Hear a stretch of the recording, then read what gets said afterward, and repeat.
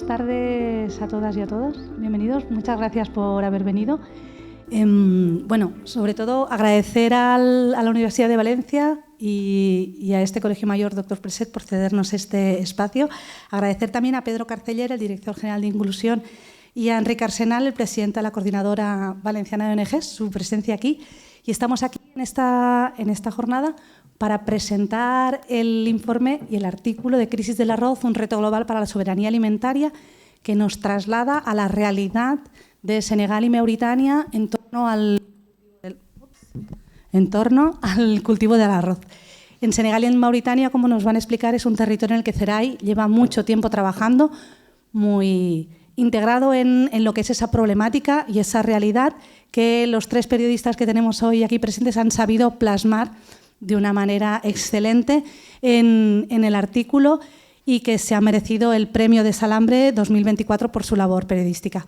Hoy tenemos aquí a dos de ellos en presencial. Tenemos a Laura Aragó y a Xavier Aldecoa en presente. Tenemos a Elia Borràs, que luego aparecerá, que está en online. Y en la mesa también tenemos a Jorge Cabero, el director técnico de CERAI, y Arantxa García, que es la coordinadora del área de África y el Magreb, que es la encargada y la coordinadora de los proyectos que van allá.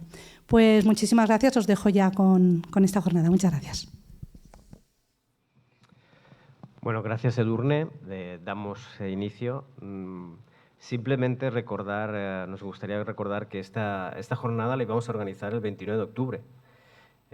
Por desgracia, ya sabemos todos que esta fecha va a quedar como muy marcada en nuestra memoria, en nuestra historia. Teníamos previsto organizarla y la tuvimos que suspender por la DANA, y para nosotros también es un reto y un elemento de avanzar el organizarla y hacerla, ahora ya pues casi 6 meses después, pero ¿qué hay que hacer? Hay que retomar y retomar estas actividades, ¿no? Este evento que estamos organizando hoy, como la investigación, se enmarca dentro de una campaña que organiza CERAI, que es el alimento que nos une, en el que el objetivo que tenemos es concienciar a la ciudadanía sobre cómo están organizados los sistemas alimentarios, en cómo podemos incidir como ciudadanos en cambiarlos, pero también entender los ciudadanos qué cuestiones son lógicas, no lógicas, y comprender qué efectos hay detrás de aquello que llamamos alimentarnos, ¿no? Este evento, como la investigación, se ha podido realizar gracias al apoyo de la Vicepresidencia y Consejería de Servicios Sociales, Igualdad y Políticas Inclusivas de la Generalitat Valenciana. Está financiado por la Generalitat Valenciana y nos ha permitido poder trabajar y profundizar sobre estas cuestiones, ¿no? Desde CERAI tenemos muy presentes tenemos 30 años, el año pasado cumplimos 30 años, que hay un elemento que nos une a todo, que es alimentarnos. Y cambiar estos modelos de alimentación, cambiar estos sistemas alimentarios hacia sistemas alimentarios que alimenten, porque desgraciadamente tenemos que decir que los sistemas alimentarios a día de hoy aún siguen sin alimentar, es un reto que tenemos como humanidad, y también que sean sistemas alimentarios que sean justos y sostenibles, y cuando digo justos y sostenibles es que aseguren que puedan alimentar a las generaciones actuales y a las futuras. Bueno, nuestro granito de arena es intentar traer estas oportunidades de conocer y profundizar en cómo son estos sistemas, cómo están organizados en otros países, para poder ir construyendo esta conciencia colectiva para avanzar en aquellos sistemas alimentarios que queremos, que al final es el objetivo que tenemos, ¿no? En la mesa tenemos hoy, bueno, como ha comentado, estamos 3 compañeros que están aquí y una compañera que está en línea.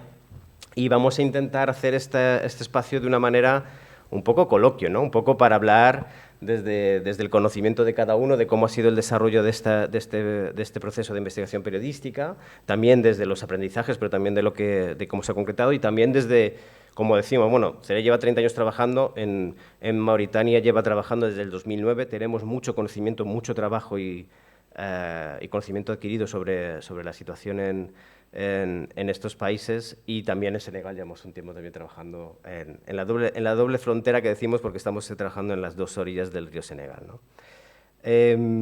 Arantxa, voy a empezar por ti, porque claro, la confianza tiene estas cosas, eres de casa, pues quiero empezar contigo para romper un poco el hielo, ¿no? ¿De qué hablamos cuando hablamos de la crisis del arroz? ¿Por qué está afectando tanto en estos países como también está afectando en lo que llamamos países desarrollados. Bueno, buenas tardes. Elegimos el arroz porque pensamos que era un alimento que nos conectaba muy bien efectivamente con la realidad del sur y la del norte, ¿no? Y estando en Valencia, pues era un tema que al valenciano le llama mucho la atención. Y claro, está todo conectado con los alimentos, en la campaña del alimento que nos une es lo que estamos viendo un poco y efectivamente lo que pasa que nos afecta. Está todo conectado en las dos partes, en el norte y en el sur hay crisis, pero nos afectan, las consecuencias son muy distintas, ¿no? En el sur hay una evidente pérdida de soberanía alimentaria por un cambio de dieta, por un aumento de precios muy significativo en el caso del arroz, que es lo que ha salido un poco en esta investigación y luego nos contarán Xavier y Laura y Elia. Y bueno, en el norte también estamos asistiendo un poco a esta pérdida de soberanía alimentaria, ¿no? Todos nos estamos alimentando con arroz que viene de fuera, de Asia, ¿no? Que se produce en menor cantidad a nivel local. Y entonces, sobre todo, es esa dependencia, ¿no? del exterior y pérdida de la autonomía alimentaria. Perfecto, gracias, Arantxa. Creo que nos has puesto ya un marco, ¿no? Ahora voy a pasar a vosotras, compañeras, que estáis mal, los habéis puesto aquí a los dos lados. separados por un rato. El imperio del arroz blanco es una investigación periodística que se intentó hacer multimedia, ¿no? O sea, trabajamos tanto temas de escrito como también vídeo. ¿Nos podéis contar un poquito, porque se hizo como en 3 fascículos, como 3 artículos diferentes para abordarlo desde 3 enfoques diferentes? ¿Nos podéis contar, bueno, cómo son estos 3 capítulos organizados y en qué intentasteis trabajar en cada uno de ellos? Bueno, os hago un resumen así un poco a grosso modo y luego tanto Elia como Laura también explicarán bueno, cada uno de los artículos. Lo que hicimos era, sobre todo, partir de una base, ahora Arantxa lo decía, de conexión. O sea, no creemos que se puedan explicar las realidades en África o en cualquier lugar del mundo si no están conectadas con lo que ocurre en otro lugar. Y me explico muy rápido. Lo que está pasando en Senegal o en Mauritania, la crisis del arroz que decía Arantxa, tiene que ver con una decisión que se tomaba a 9.300 kilómetros de allí. En un despacho de Nueva Delhi, el primer ministro de la India decidió, hace ya ahora casi 2 años, que congelaba las exportaciones de arroz. Lo hacía por varios motivos, entre ellos que, como quería que le reeligieran, y en un año después había elecciones, entendió que si faltaba arroz en India se podía crear una crisis y eso le podía perjudicar en votos. También por una cuestión del clima. Como habían habido menos lluvias, las cosechas habían sido peores. Así que toma esa decisión, que en principio solo afecta a la India, pero en realidad supone una bomba de relojería en otros lugares del mundo, como en África, donde el 40%, África Occidental, el 40% del arroz que se consume viene de la India. Esta decisión, encarar el reportaje desde la conexión de mundos que parecen completamente diferentes, era una de las premisas, intentar entender el mundo como algo interconectado y no como que pasa hambre la gente en Senegal por algún motivo. Y a partir de ahí, a hablar de las consecuencias. Y las consecuencias tienen diferentes prismas. Uno es, por ejemplo, en el primer capítulo, se llama 1000 cayucos de arroz, y es como este aumento brutal de un alimento que es básico para los senegaleses y para los mauritanos también, como el arroz, se aumentó un 40%, había empujado a varias personas a buscar una salida en el mar, a intentar llegar a las Islas Canarias. Luego os explicaré un poco ya más detalles con nombres y apellidos. Decía que era un resumen y ya me estoy alargando. Luego hay otra cuestión. Laura es experta en cambio climático, en crisis climática y en datos, y era entender qué significaba ese clima, esos cambios en el clima en las personas, no solo en las cosechas. Y de ahí nace el reportaje que se llama Los niños espantapájaro, que son, bueno, ya lo explicará Laura mejor, pero son en definitiva niños que tienen que dejar de ir a la escuela para espantar a los pájaros para que no se coman las cosechas. Luego Laura os explicará qué relaciones tiene esa con el clima. Y luego la historia. Yo como corresponsal en África desde hace más de 20 años, todo necesita una revisión histórica en África, porque sin entender qué ocurrió en África, ya hablo de la colonización, de las decisiones que se tomaron entonces y cómo se dirigió incluso la agricultura, es difícil entender por qué la situación actual es así y cuál es el impacto.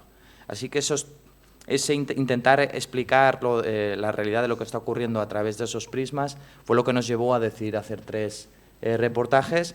Por suerte, La Vanguardia lo entendieron, lo aceptaron y por eso dedicaron 3 reportajes a una cosa como el arroz, que los que no seáis periodistas a lo mejor os parece medio normal. Laura y yo, cuando nos aceptaron que dedicáramos 3 reportajes al arroz, nos felicitamos, porque de verdad que pensábamos que iba a ser difícil. Y así que muy contentos de que La Vanguardia también lo aceptara. Perfecto. Casi, antes de daros paso, me voy a preguntar, Arantxa, porque la situación de la agricultura en Senegal, Mauritania, en torno al arroz, ¿nos puedes profundizar un poco sobre esto?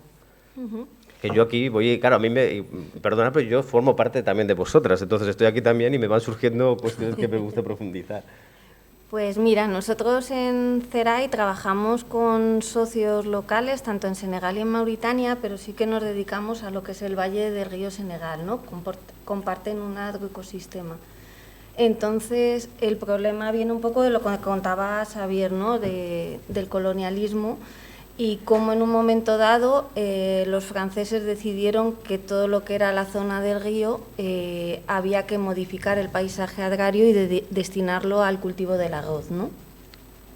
Porque venía bien para derivarlo hacia otros países asiáticos. Entonces, bueno, cambió toda la estructura agraria. Se hicieron perímetros de riego alrededor de todos los pueblos, tanto en Senegal como en la otra orilla, en Mauritania, que llegaron un poquito más tarde, todo acompañado por políticas de ajuste estructural con muchos fondos, pero eso también trajo la necesidad de abandonar los cultivos tradicionales que se estaban cultivando en la zona, ¿no? Como sorgo, nieve, cultivos que estaban más adaptados. El arroz también se ha cultivado en África desde hace muchos años, pero se cultivaba en otras condiciones, ¿no? En secano.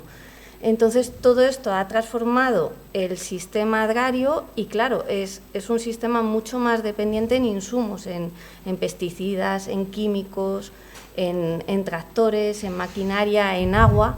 Y todo esto va un poco en contra de un lugar en el que está muy asolado por las crisis climáticas y por las sequías y cada vez más, ¿no? Vale, gracias. Bueno, ves, es que al final vamos completando, ¿no? Me habéis dicho, vamos a pasar ya a los artículos, que sí que, o al reportaje, que queríais saber si podéis mostrar un vídeo, porque creo que también, yo creo que todos los que estáis aquí y todos los que estáis aquí lo habéis visto, pero creo que conviene también verlo también, porque estamos proyectando imágenes, estamos proyectando situaciones, mejor si lo vemos, y como tenemos a nuestra reportera Elia en esto, si nos lo puedes poner y así lo vemos.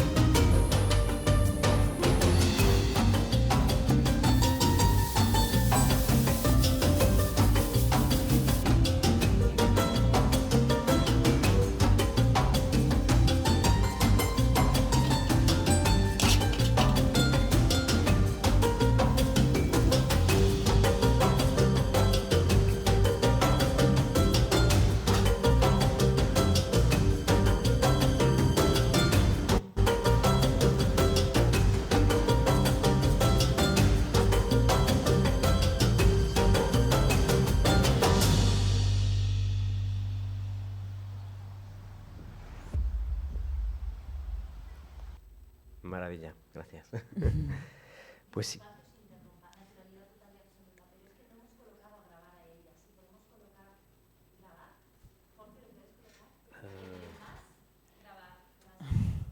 Más sesión, más, muy bien. Grabar en este equipo, enviar solicitud. Elia, te vamos a empezar a grabar, que lo sepas. Esto va a quedar vale. Recogido. Ya lo veo. Perfecto. Mira, ahora sí, si podéis cada uno de vosotros contarnos, profundizar en esos 3 enfoques que ha habido en el reportaje y traernos más detalles al respecto de lo que se ha tratado. Vale, no, o sea, el primer reportaje es mío y por eso debería empezar yo, pero me sabe mal otra vez volver a hablar. No. Bueno, si quieres pueden ir, que al final nosotros estructuramos los 3 reportajes de esta forma porque al final explicar la situación y las razones en una misma pieza era muy difícil porque la situación es muy compleja. Al final el primer reportaje bueno, que al final tu nombre iba primero, por eso en realidad.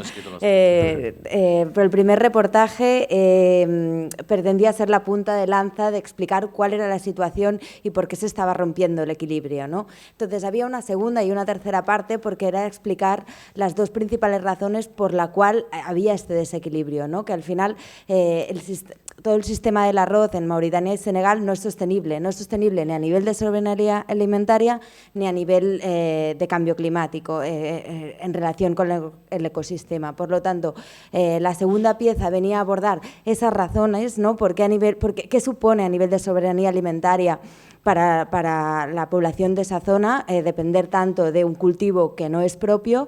Y el tercero era el impacto que en un contexto de crisis climática donde cada vez va a haber más escasez de lluvias, a tener arrozales en una zona muy árida, lo que supone a nivel de estrés hídrico, ¿no? Para la población. Entonces, esa era un poco la estructura que entendíamos que se necesitaba para poder explicar todas las vertientes del problema.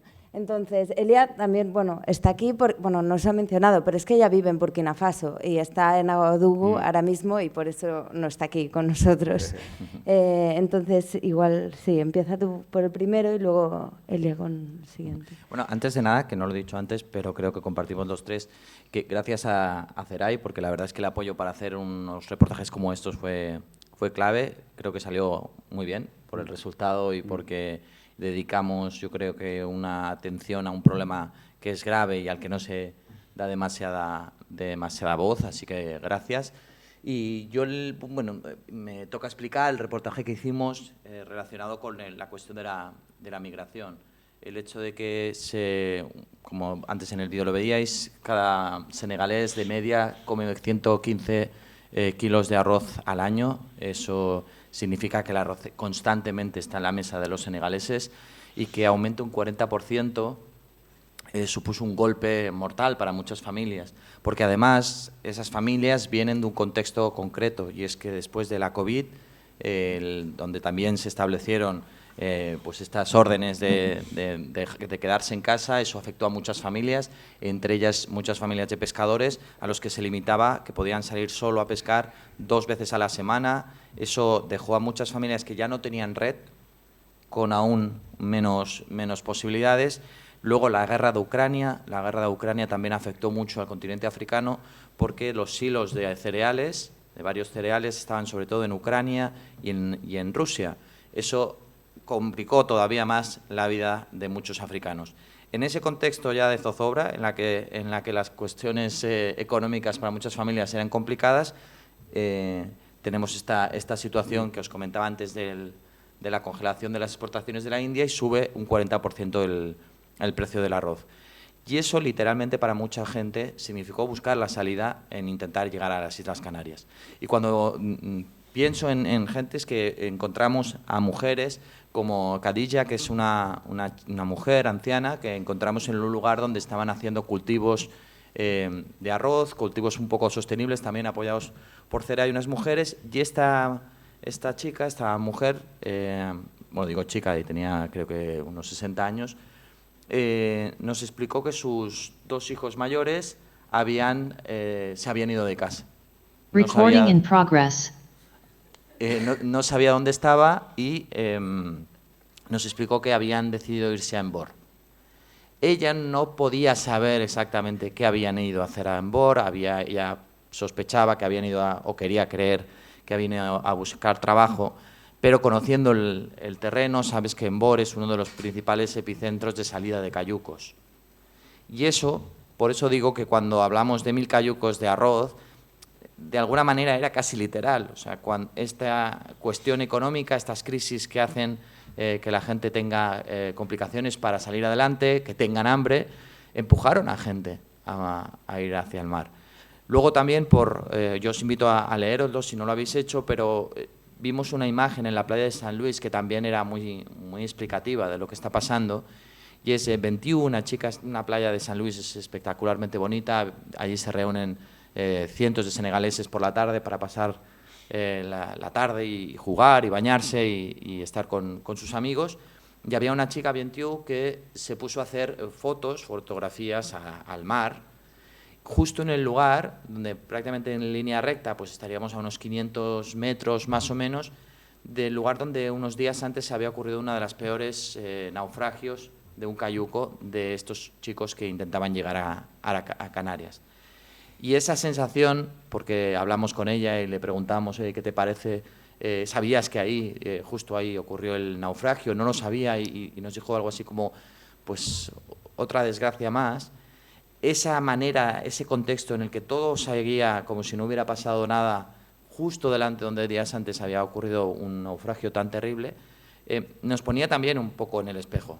Porque eso es lo que nos ocurre cuando ocurren todas estas desgracias, o cuando leemos que a final de año pues ha habido miles de muertos ahogados en el mar. Y cómo eso tiene relaciones con cuestiones que nos afectan. Arantxa decía antes, el cambio climático, la cuestión del arroz, tiene un impacto en todo el mundo, pero las consecuencias son diferentes, ¿no? Y ahí, en ese gesto de esta chica haciéndose un selfie o haciendo fotos hacia el mar, nos sirvió mucho para acabar ese reportaje con una imagen potente, ¿no? El decir, esto es lo que ocurre, mucha gente está intentando, como última opción, porque este aumento de los precios es irrespirable, insoportable, se está yendo hacia el mar, pero las cosas siguen igual, sí, allí y aquí. Sí. Gracias, y hablamos. Yo creo que... ¿Le dejamos a Elia? Dejamos a Elia. Elia, te dejamos a ti porque si no estamos aquí, ya nos ves, nos juntamos y nos ponemos a hablar, y como estás lejos no te dejamos hablar. Si quieres, cuéntanos también... ¿Nos escuchas? ¿Sí? No sé si me veis. Yo te escucho perfecto, sí. Te escuchamos perfectamente. Te vemos un poco robótica, Genial. pero te escuchamos perfectamente. Vale. Ya es que, bueno, pero me veis bien. Sí. Si no, puedo dejar de compartir pantalla también. No, te vemos. En algunos momentos te quedas parada, sí, pero está bien. Por ahora todas las tomas que te quedas parada son buenas, o sea que no te preocupes. Genial. Bueno, voy a compartir el segundo capítulo de la serie, podemos decir que era una serie, que es Atados a la cosecha blanca.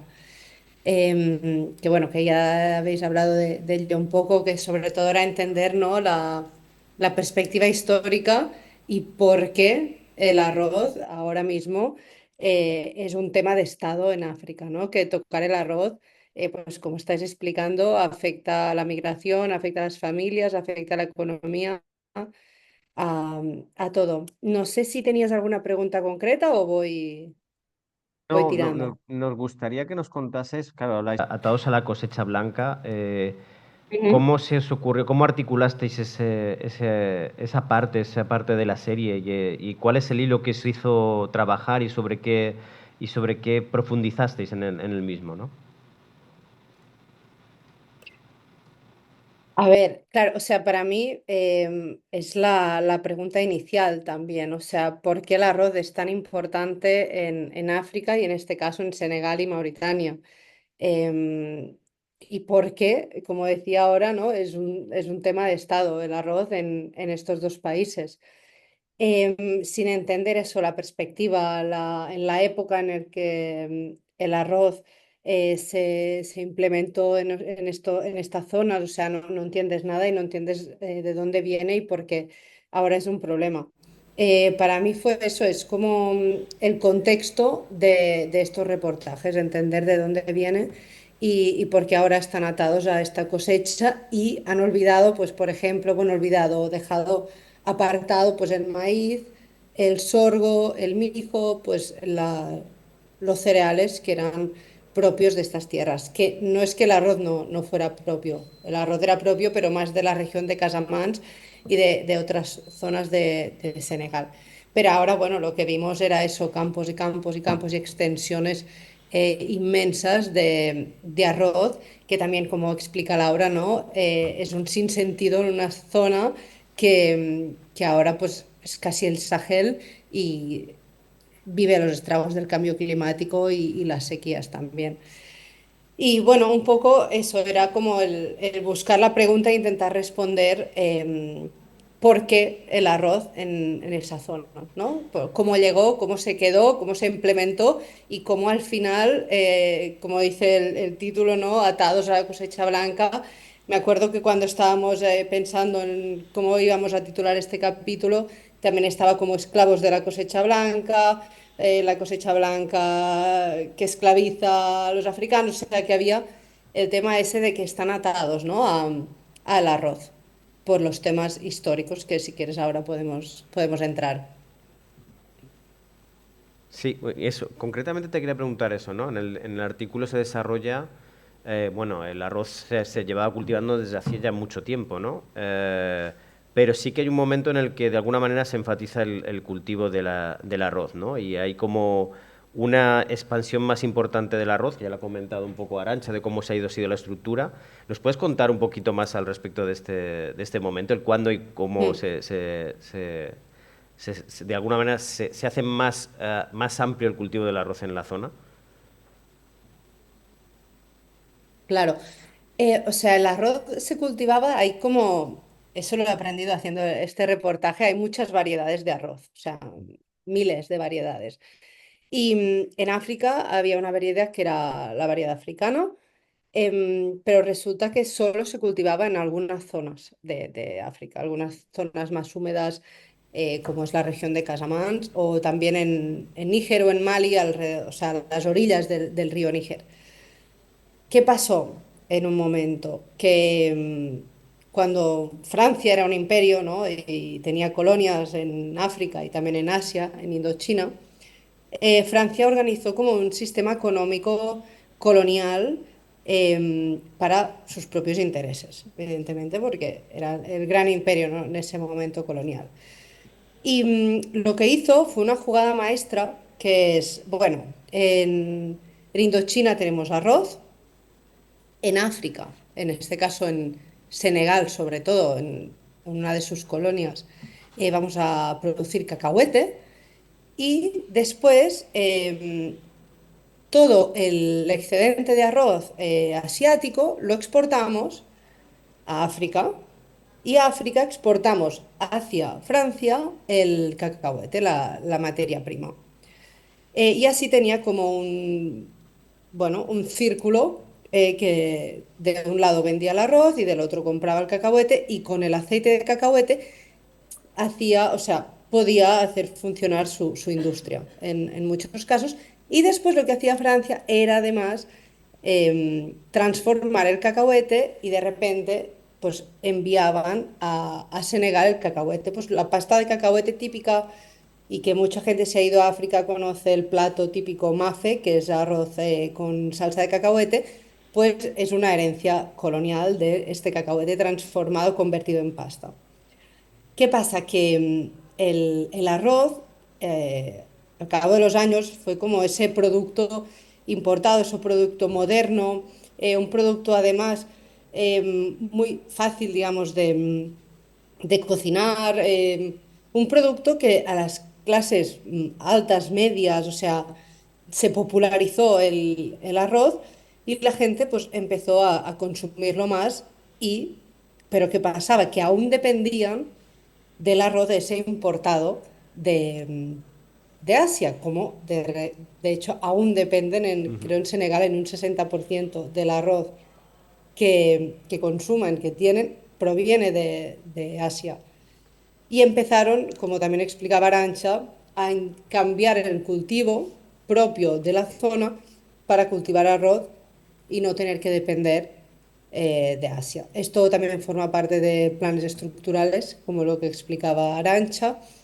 Y bueno, lo que acabamos viendo es que el paladar africano, no solo la cosecha, el paladar también acaba siendo como atado al arroz y al consumo de este cereal, que creo que es de los países del mundo que más arroz consume, y de hecho solo hace falta viajar allí para ver que arroz está en todos lados, en las calles, en las tiendas, y realmente es la dieta básica y forma parte del plato nacional, que es el cebullén.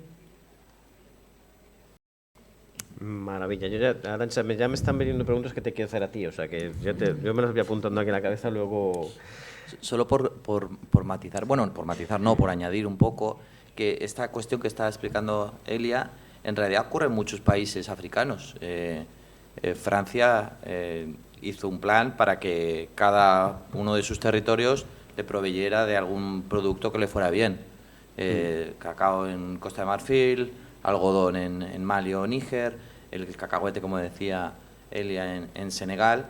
O sea que fue como una planificación para que las colonias les sirvieran a la metrópoli, ¿no? Entonces eso, con algunos aciertos y otros no, pero sobre todo lo que tiene es consecuencias hoy en día, porque además se planificó sin tener en cuenta cuestiones como las del cambio climático que ahora comenta Lau. Exacto, exacto. Ahora te damos paso a ti. Sí. De hecho, sí, el segundo reportaje era como una mirada al pasado para entender el presente y lo que había. El tercero venía a ser una mirada al presente para entender lo que vendrá, ¿no? Que es la crisis climática que la tenemos encima ya. Entonces, y la mejor manera de explicarlo, yo no sé si habéis estado por la zona, en el norte de Senegal o el sur de Mauritania. Yo había estado en otros lugares, pero no en este, y es un paisaje muy particular porque es prácticamente desierto o semidesértico. De hecho, a la parte del norte sí que hay dunas, la parte de abajo no, pero es muy extremadamente árido, y hay una lengua de agua que es el único punto de vida en kilómetros, ¿no? Y esta lengua de agua, a través de sequías, sirve a los campos que si vas a la época de cultivo del arroz, están verdes, y son las únicas motas de verde en muchos kilómetros, pero en muchos kilómetros. Entonces, en un escenario así, donde tú llegas, hace un calor infernal, al mediodía, pleno sol, ese punto es el único de vida. Todos los animales, incluidos los pájaros, que tienen que alimentarse en la zona, ¿dónde van? Hacia el verde, ¿no? Entonces, desde siempre lo que ha pasado en la zona es que durante esta época de cosecha del arroz, los niños, que en esa época no están en periodo escolar, se les pide que vayan a ahuyentar los pájaros para que no se coman los granos y conservar la cosecha. De hecho, este reportaje vira en torno a la historia de un niño que se llama Alfaísa, que se pasa el verano, que de hecho tú llegas ahí y van haciendo como gritos, como un poco aullidos, como para asustar a los pájaros, y les van tirando piedras y corretean arriba y abajo con garrafas y palos para hacer ruido y que los pájaros que están como mordiendo el grano se vayan, ¿no? Que es una estampa que en el pasado, bueno, siempre ha ocurrido, ¿no? Pero en el pasado duraba 15 días. De hecho, mientras Alfaísa correteaba por estos campos, estaba su tío al lado que decía, no, es que esto siempre nos ha ocurrido, ¿no? Nos había ocurrido durante un periodo corto de tiempo, porque enseguida llegaban las lluvias, todo se llenaba un poco de verde, no extremadamente porque es una zona muy árida, pero había más verde, entonces el pájaro se repartía por toda la zona y destensionaba la presión sobre los campos de arroz, ¿no? Lo que pasa en un momento de crisis climática donde los patrones de lluvia se han destirotado por completo, no es que caiga menos agua, sino que cae en patrones totalmente distintos, cae de golpe cuando no la necesita, ¿no? Cae mal, ¿no? Digamos, el agua. Entonces, ¿esto qué hace? Que el periodo donde los pájaros están encima de los campos de arroz se extienda durante casi 2 meses. Eso obliga a los niños a estar mucho más tiempo en los campos, de sol a sol, lo que los desvincula de otras actividades, es decir, ya tienen un impacto sobre la comunidad local. Pero es que además muchas veces el retraso de las lluvias lo que provoca es que cosechas enteras se echen a perder, ¿no? Entonces, esa es, yo creo, digamos, el peligro de tener en una zona semiárida o muy árida un cultivo que necesita de tanta agua como el arroz, ¿no? Y esa es la consecuencia del reportaje, digamos, segundo, que era de por qué se han dejado el mijo, el sorgo, todas esas variedades autóctonas que necesitaban menos aguas y que permiten una resiliencia de la comunidad local para aguantar todo lo que tenga que venir, incluso periodos más áridos, ¿no? Los cultivos locales son mucho más resilientes, resistentes y permiten ese aguante por parte de la tierra que el arroz no lo permite. Entonces, un poco esto era digamos, lo que se quejaban pues, la familia de Alfaísa, ¿no? de que cada vez había muchos más pájaros. De hecho, hay un programa de colaboración entre Senegal y Mauritania que es precisamente para abordar el tema de las aves granívoras, porque en el lugar que estuvimos nosotros eran campesinos más locales, ¿no? Que son con los que estaba trabajando Ceray, pero si vas más a la zona más abajo del río, más tocando la desembocadura, son grandes extensiones, incluso con maquinaria y digamos, con asociaciones de productores mucho más grandes. Pues ahí se han implementado programas por parte de Senegal y Mauritania para hacer, bueno, no me sale la palabra. Fumigar, exacto, para fumigar todas esas zonas para evitar que desaparezcan, ¿no? De un día para otro. La cuestión que dice Laura de que el aumento de la presión de las aves en las cosechas a causa de estos diferentes patrones de lluvias, del cambio climático, si no me recuerdo mal, pero las cosechas hace una década se habían echado a perder por culpa de los pájaros alrededor del 13%, creo que eran, y en el último estudio ya hablaban de un 38%, o sea, es una barbaridad que el 38% de lo que cultiva, pues imaginaos el impacto que tiene para una población que ya tiene presión porque cuesta cada vez más el arroz, que además con lo poco que pueden cultivar, el 38% se echa a perder porque hay pájaros que además provocan pues que haya niños que estén de sol a sol, que además estaban desde las 6 de la mañana, nos decían, hasta que se va el sol en los campos ahuyentando a los pájaros. Y en ese sentido, es lo que te quería preguntar, Arantxa, ¿no? Tenemos esta situación del arroz como un elemento básico de alimentación en África. También tenemos el contexto de que tenemos productores que que realmente no son viables los cultivos, incluso si lo ponemos a comparar competitivamente con los precios que vienen de fuera. ¿Qué nos puedes comentar? ¿Cuál es el futuro de esta...?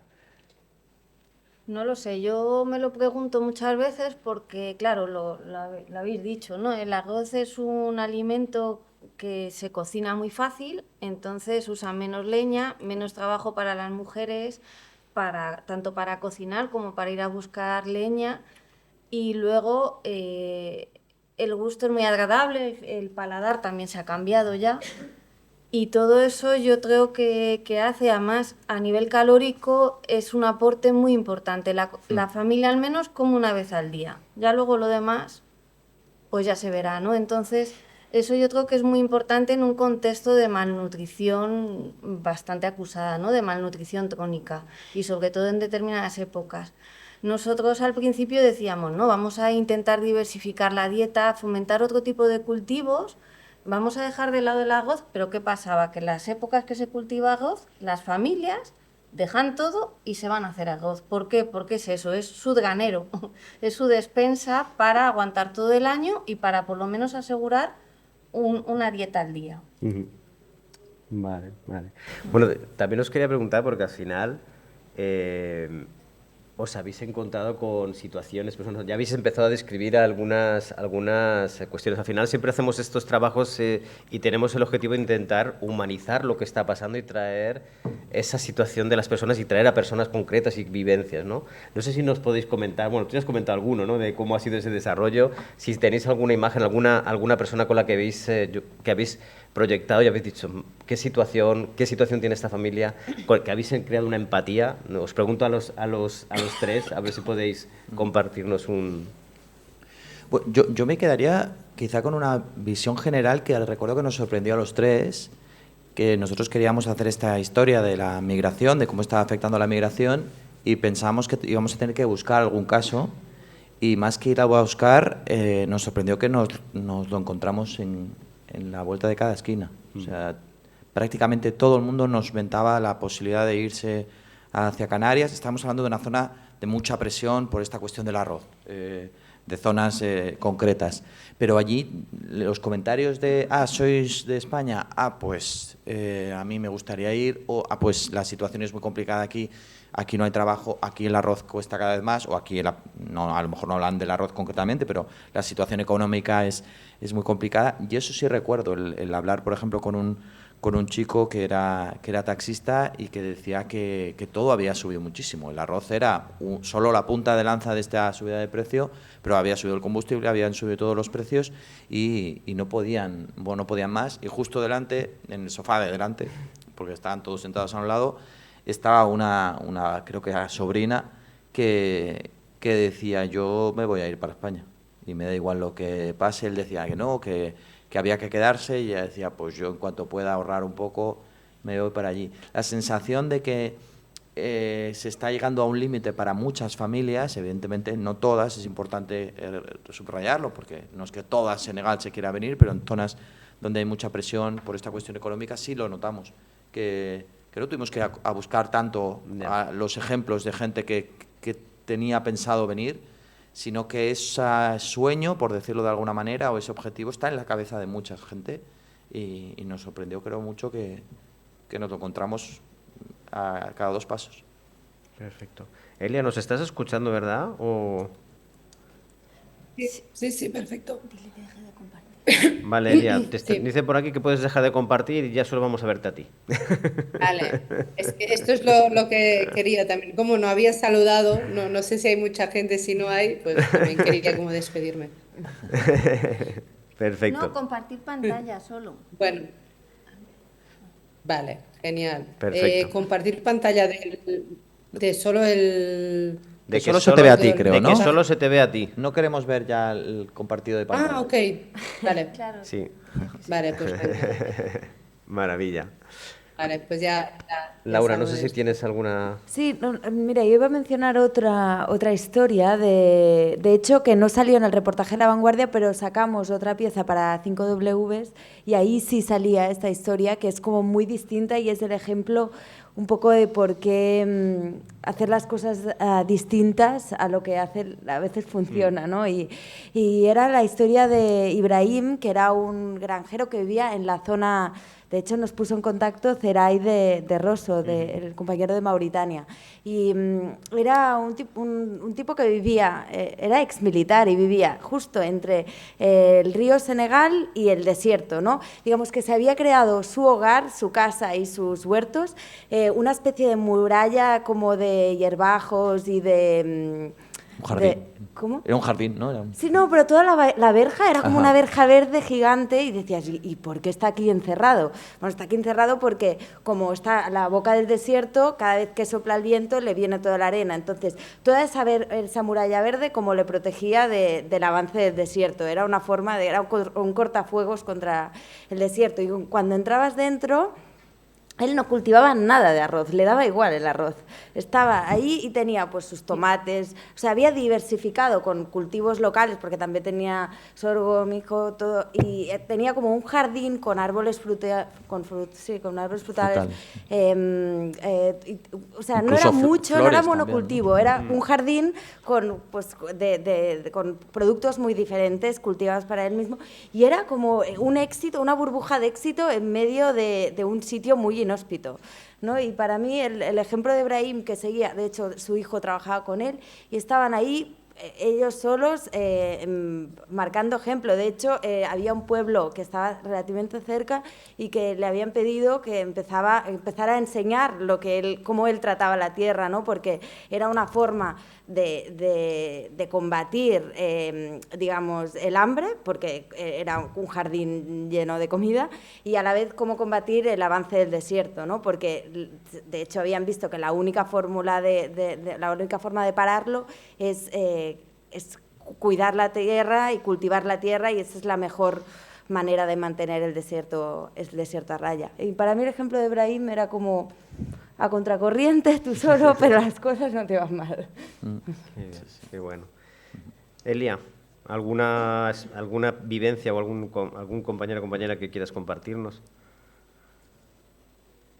Sí, o sea, mira, yo ahora cuando me has preguntado cuándo llegó el arroz a Mauritania, me acuerdo de que estábamos en un pueblo, en Tecané, donde había una cooperativa de arroz, bueno, de arroz, de personas que cultivaban el arroz, de hombres, y estábamos allí como tomando el té, unas pastas, nos estábamos charlando sobre el tema, y me sorprendió mucho que uno de los hombres se acordaba del día que llegó el primer tractor para cultivar el arroz en Mauritania. Y cómo ese día cambió, ¿no? Su vida, porque pasó pues, de ser un agricultor de sorgo y mijo a ser un agricultor de arroz, a formar una cooperativa. Que él decía es que los jóvenes ya no quieren, ¿no? Los cereales tradicionales, ahora todo es arroz. Y si no cultivas arroz, pues no tienes beneficios, no puedes vender.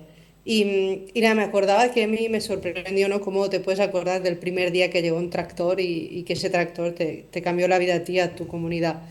Y en Mauritania fue eso que explicaba Laura también, nada, a unos kilómetros más lejos. Ibrahim tenía allí un oasis verde en medio del desierto, literal, eh, el arroz, y en Mauritania, que es un país casi desértico, ¿no?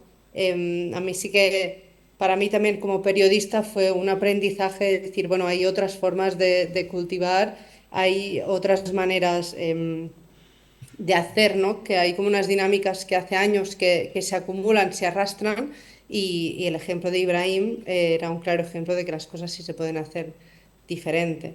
Y nada, eso, un poco como a mí más la experiencia en el sentido de darme cuenta, ¿no? También yo como periodista, y lo que decíamos al inicio, como de un grano de arroz, algo tan a veces tan insignificante, ¿no? Que dejas en el plato que ni te das cuenta que ha quedado un grano, como ese grano explica la vida de este señor en Mauritania, de Ibrahim, que ha decidido diversificar y crear un oasis y creer en la agricultura, porque además era muy bonito que decía, no, es que yo soy agricultor porque la agricultura es la base de la humanidad, es el trabajo más humano que existe.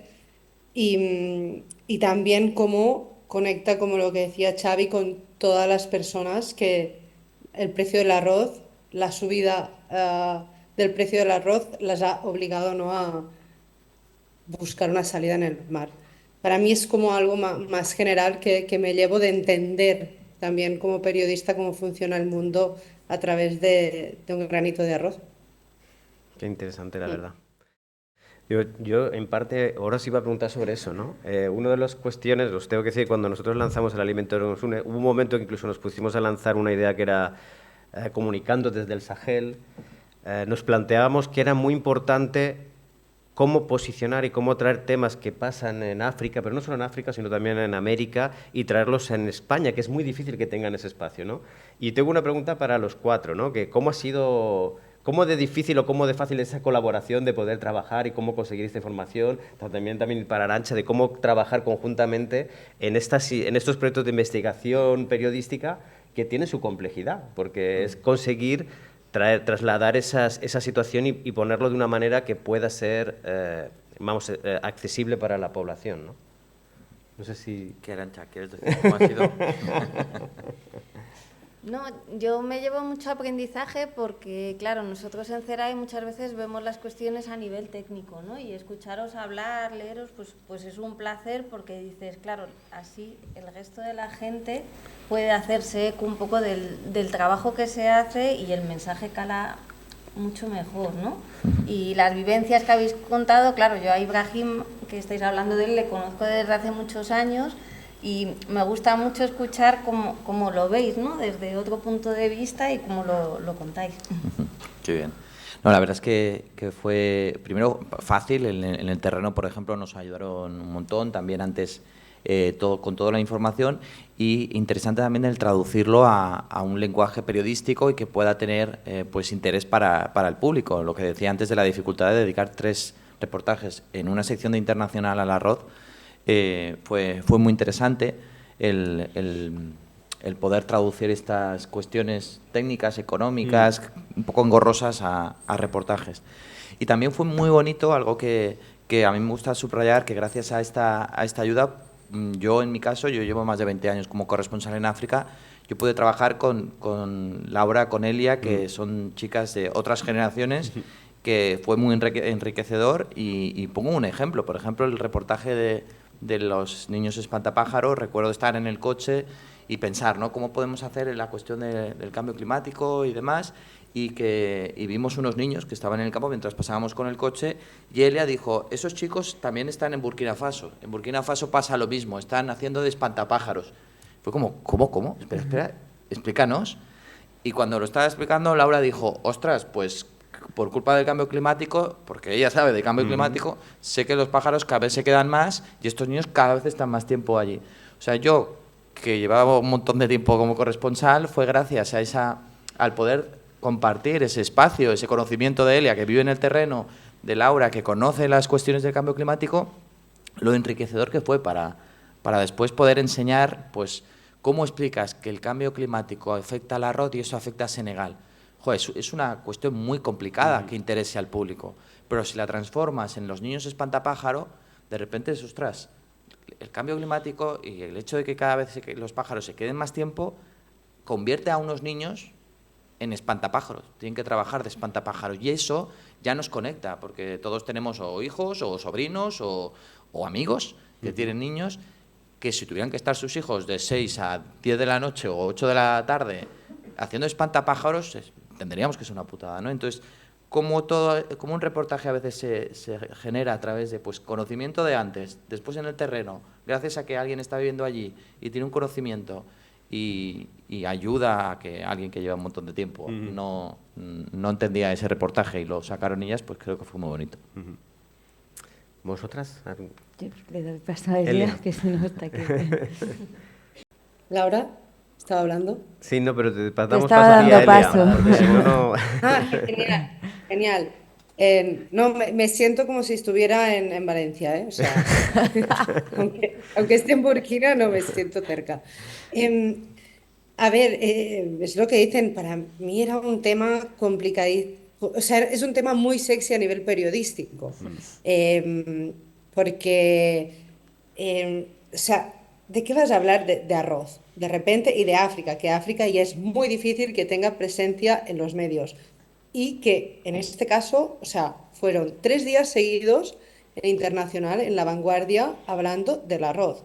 Es casi imposible que esto vuelva a pasar, casi, ¿no? Porque Bueno, lo intentaremos, ¿eh? yo, bueno, claro, sí, y nosotros también, así. O sea, que solo intentamos todos los días que África esté en los medios, y además que no solo esté en los medios, sino que se pueda explicar de otras formas.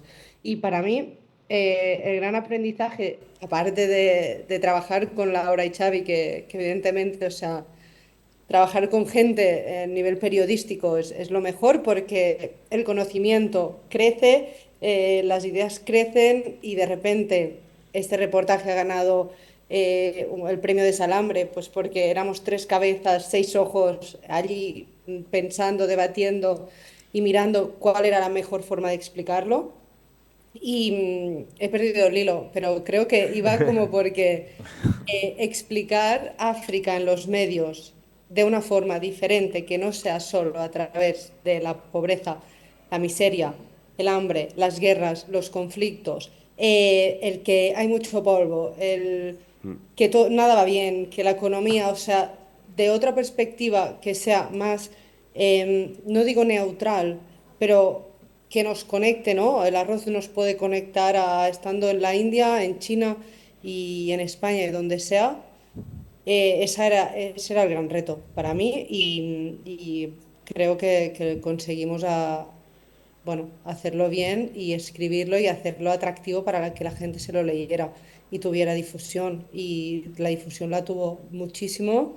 Y bueno, después está eso, la relación entre las entidades ONGs y los periodistas, que cada uno pues tiene pues sus perspectivas. Nosotros intentamos que los reportajes lleguen a la gente y al público y a la audiencia, y tenemos unas formas de explicar, y las entidades tienen otras formas, como dice Arantxa, mucho más técnicas y que también creo como bueno, que está bien que trabajen juntos y que cada uno aprenda de cada colectivo, de cada ámbito. Sí, de hecho, mira, solo quería decir que yo también agradecer a Ceray porque la verdad es que nosotros hicimos una propuesta, les gustó y mira que, o sea, no hubo casi más preámbulos, ni preguntas, ni limitaciones. Es decir, pudimos hacer este reportaje como nos lo imaginamos, yendo los tres sobre terreno y aquí por parte de Ceray hubo una confianza. O sea, sí que brindasteis apoyo, que esto siempre, pues bueno, se agradeció muchísimo, pero por una confianza ciega sobre el trabajo que también podíamos hacer sobre terreno y facilitando a través de vuestra red sobre terreno todo el apoyo que pudisteis y la verdad es que fue clave. Y justamente recuperando tu pregunta inicial, que era como ese salto comunicativo, ¿no? Desde cuando tú vienes con la mochila de aquí a hacer preguntas allá y cómo romper esta barrera. Bueno, aquí yo os recomiendo ir de viaje con Elia y Javi. Elia vive en Burkina Faso y Xavi ha sido reportero en África durante más de 20 años y la verdad es que los dos tienen una mano con el trato con las personas que hace que todo el mundo se ponga de cara y le apetezca compartir. Es una forma de aproximarse y de tratar a la persona que tienes delante que rompe cualquier barrera lingüística o cultural que hay detrás. Y la verdad es que esto ha sido un placer verlo y poder vivirlo también. Qué bonito, ¿eh? En fin. Y Arantxa, ¿y cómo lo han vivido los compañeros de Mauritania? Porque aquí estamos hablando, ellos no están aquí, estamos hablando con ellos, ya han estado muy presentes en todo el Mauritania y de Senegal. ¿Cómo lo han vivido ellos? También, bueno, yo creo que a todo el equipo, ¿no?, de Ceray nos gusta estos momentos de compartir y de aprender de otras visiones y desde otros puntos de vista. Y bueno, se acoge muy bien las misiones cuando vienen de fuera, porque siempre aportan tanto a los socios locales como al equipo de Ceray en Mauritania, pues gusta mucho este tipo de interacciones, ¿no? Y bueno, hay un tema que habéis mencionado ya, ¿no? Estamos siempre hablando de África y es verdad que siempre tenemos una visión de víctima, ¿no? Nosotros ya os digo que estamos en ese intentor, incluso no a veces nos habíamos propuesto no solo hablar de las cosas malas, sino traer las cosas o sea, traer más cerca a África de lo que lo tenemos, ¿no? ¿Cómo veis ese rol desde los medios, de que siempre se trate este enfoque más víctima, el rol de que como siempre pues los del norte desarrollado venimos a resolver, cuando ya hemos visto que hemos creado problemas de una manera muy grande, ¿no? Entonces, ¿cómo veis esa situación en la comunicación? ¿Cómo veis ese posible cambio de paradigma? Bueno, reclama responsabilidad de parte de los periodistas también. O sea, es más fácil explicar África desde el drama y desde el conflicto y desde el paternalismo incluso, porque esas cuestiones normalmente suelen tener una cierta importancia informativa. Cuando hay una guerra en Congo, cuando hay una hambruna o cuando hay una epidemia de ébola, no tienes que hacer demasiado esfuerzo para que eso llegue al medio de comunicación. Pero eso creo que también hay que explicarlo, evidentemente, porque ocurre y hay que denunciarlo, pero creo que hay que hacer un esfuerzo para hacer otras historias. Pues claro, cuando nos enfrentamos al jefe de sección y nos sentamos con él y dijimos que queríamos hacer una sección sobre el arroz, pues era más complicado que decirle que queríamos hacer una historia sobre la guerra de Congo. Pero si te la crees, si la trabajas bien, si explicas los diferentes prismas que has pensado, puedes convencerle. Y eso reclama responsabilidad. Es una cuestión de decir, bueno, yo no quiero contar, no queremos contar África desde el conflicto, desde el drama, sino desde otros prismas.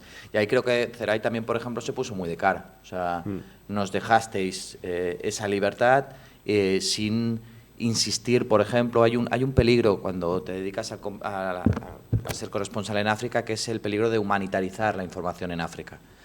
Con la crisis de los medios de comunicación, que seguro que sabéis, muchas veces se viaja, o hay compañeros que viajan mucho con ONGs, y eso que no está mal, de per se, si solo se convierte en esa la información africana, se habla de ONGs, se habla del trabajo de ONGs en el sitio. Igual que comprenderéis absolutamente todos que no se puede explicar China de la mano de las ONGs, o Estados Unidos de la mano de las ONGs, África tampoco. Entonces, si solo se explican proyectos de ONGs o trabajos que están haciendo cooperantes, se da una visión de África que no es la real. Se habla de pues, cuestiones sanitarias o cuestiones de emergencia.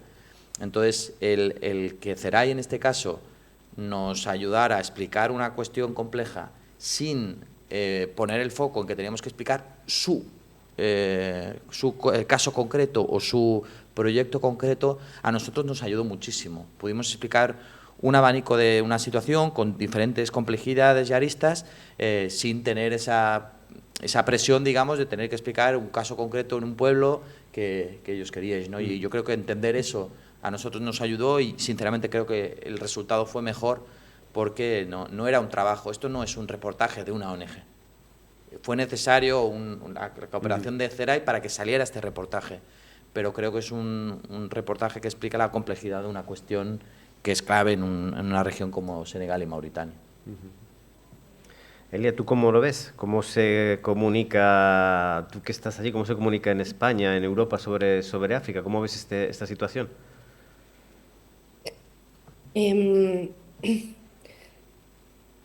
Tenemos, bueno, por una parte está esto que decía Xavi, súper importante, que viajar a África es muy complicado en el sentido que al continente puedes llegar, pero moverte una vez estás aquí es muy complicado. No hay, por ejemplo, yo estoy en Burkina, no hay tren, no hay autobuses. La mitad del país está tomada por grupos yihadistas, o sea, moverte por el país es muy complicado. Hace un mes hice un vuelo interno que me costó casi 1.000 euros, o sea, es muy caro, no hay infraestructura, es difícil. Y eso lo que acaba pasando es que muchos periodistas viajan con ONGs, que es lo que dice Xavi. Y a veces se hace como hay un periodismo humanitario de África y África es muchas más cosas, ¿no? Y a veces también digo que es como el continente donde no hay políticos, porque cuando haces una noticia no se habla de políticos, de quién toma decisiones. Em, Además, no se menosprecia el papel que tiene el continente en el mundo. Por eso creo que tanto por lo bueno como por lo malo, y este reportaje también lo muestra, lo que pasa al mundo afecta también a África y lo que pasa a África también afecta al mundo. Si ahora Argelia o Nigeria decidieran no exportar gas o petróleo a España, em, o sea, no sé cómo funcionaría España ahora mismo, porque dependen de estos recursos naturales. Si Guinea decidiera dejar de exportar la bauxita, bauxita, ¿no? Bauxita, no sé cómo construiríamos la industria, cómo construiríamos el aluminio, las cucharas, ¿sabes? En los países conocidos como desarrollados. Y todo eso no se explica y no interesa que se explique tampoco, porque si algún día África, yo creo que ya se están dando cuenta, se dan cuenta de que si dejan de exportar ciertos recursos van a paralizar el mundo y que tienen un poder impresionante sobre los otros países para controlar lo que se fabrica o no, y ahora mismo con los coches eléctricos, lo que se habla de las tierras raras, son recursos que provienen de África. El día que esto y los países digan aquí no se exporta nada más, que alguien me explique cómo China va a fabricar coches eléctricos. Porque no los va a poder fabricar porque el coltán y el litio sale del Congo. Así que todo, o sea, África, yo creo que a los medios y a los poderes ha interesado que se explicara siempre desde esta perspectiva de que no tienen capacidad de decisión, ¿no? Y algún día, espero, va a cambiar, igual que el mundo está cambiando muy rápido y aún seguimos con el prisma Londres, Berlín, París, Washington. Ahora los medios tendrían que pensar en Abu Dhabi, en Riad, en Pekín, en tener a alguien en África, que no hay corresponsal, o sea, que está Xavi, que es el corresponsal, creo, español, que lleva más años en África seguidos, ¿no? Y hablando y escribiendo y todo, pero es que no hay más. España solo tiene la agencia EFE, que trabaja en África y que está aquí, no hay ningún otro medio español. Así que, bueno, siempre es una perspectiva muy sesgada la que tenemos del continente y de los países, y como corresponsal a veces también es muy complicado conocerlos todos, poder hablar de todos. Yo, por ejemplo, conozco muy bien, o más bien la zona del Sahel, pero si tengo que hablar de Zimbabue, la verdad, es que me queda 6.000 kilómetros casi, o sea, es muy lejos. Así que, bueno, esas iniciativas, eso de investigación periodística como la que habéis promovido, realmente a los periodistas que estamos en África es, bueno, es una suerte. Es una suerte poder pues, salir de la narrativa que interesa normalmente, que es eso, yo que estoy acostumbrado a vivir entre golpes de Estado y hablar de golpes de Estado, parece que solo interesan eso y el papel de Rusia, así que poder pues, explicar otras perspectivas es interesante y creo que necesario también para la sociedad, porque al final nuestros vecinos van a ser africanos y es que no vamos a saber nada más de ellos que si han vivido en un país donde ha habido un golpe de estado, ¿sabes? Bueno, es un poco mi perspectiva y también, bueno, es complicado ser periodista aquí y Xavi os lo puede explicar también, que tiene más experiencia que yo y Laura como también, o sea, es complicado, no es fácil estar aquí. Una cosa, Laura, que quieras... Bueno, nada, no, solo para mí también es un poco lo de la responsabilidad del periodista, y yo no trabajo siempre en África, lo mío es la crisis climática y lo llevo a este terreno. Si a África se la victimiza, a la crisis climática se la problematiza y se crea una sensación de desasosiego o de que no hay nada que hacer, de apatía hacia el lector, y esto tampoco nos ayuda, ¿no? Y para mí es, y de nuevo lo enlazo con lo que decía, ¿no?, de la responsabilidad periodística, ¿no? Si nosotros tenemos las historias, que es lo que nos permite, ¿no? Es nuestra, no herramienta, pero es nuestra manera de comunicar, elegir historias que intenten, por ejemplo, en el caso del cambio climático, buscar soluciones, quizá no las encuentran, pero que son personas que sobre terreno están intentando cambiar las cosas, aunque sea en una pequeña parte. Para mí esto ya es intentar hacer,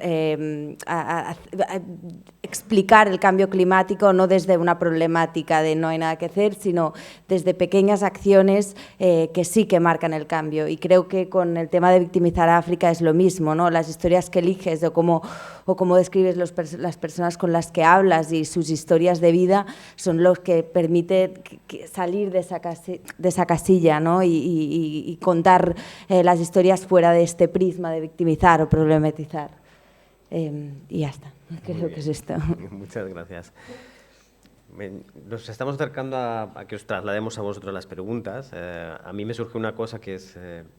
bueno, estamos en un momento que se está cuestionando la cooperación, que se está cuestionando incluso el tema de la comunicación esta que estamos construyendo, que creo que como vamos es muy necesaria, el poder construir sobre quién son los otros pueblos, los otros países, el saber que construir sobre un mundo de paz tiene que ver, o un mundo equilibrado tiene que ver con reforzar que allí pueda haber proyectos de vida. Me gustaría preguntarte, Arantxa, ¿qué es lo que hacemos nosotros en Mauritania y Senegal? Porque, claro, os tengo que decir, nosotros como CERAI trabajamos tanto aquí en España como a nivel internacional con el mismo objetivo, ¿no? Construir futuros sistemas alimentarios, ¿no? Y lo hacemos a través de la cooperación internacional, a través de fondos europeos que llegan para hacerlo aquí en España, de distintas fórmulas, ¿no? Pero quería que me contases un poquito qué es lo que estamos haciendo, porque creo que también es importante reivindicar ese trabajo que está haciendo, porque tiene un objetivo y tiene el objetivo de que haya un futuro también con estas poblaciones. Pues básicamente lo que hacemos es intentar construir y cooperar, ¿no?, a nivel local, de la mano de socios locales. En Senegal tenemos un socio que se llama Endapronat y en Mauritania otro que se llama Amat, con los que tenemos una relación de confianza, ¿no? Y entonces trabajamos de la mano de ellos también con agricultores y agricultoras familiares. Trabajamos mucho también con mujeres, porque las mujeres son las que hoy en día están en los pueblos, ¿no? Hacemos de la mano, ya os digo, de estos socios locales, hacemos identificaciones en terreno, hablamos mucho con la gente, intentamos recibir las demandas y luego la propia experiencia, ¿no? De un poco los valores, defendiendo los valores de CERAI, de agroecología y soberanía alimentaria y de defensa de la autonomía, se trabaja mucho en favor de la producción de alimentos locales y que sea muy diversificada, ¿no? Lo máximo posible, que sea lo menos dependiente del exterior para que las poblaciones sean autónomas.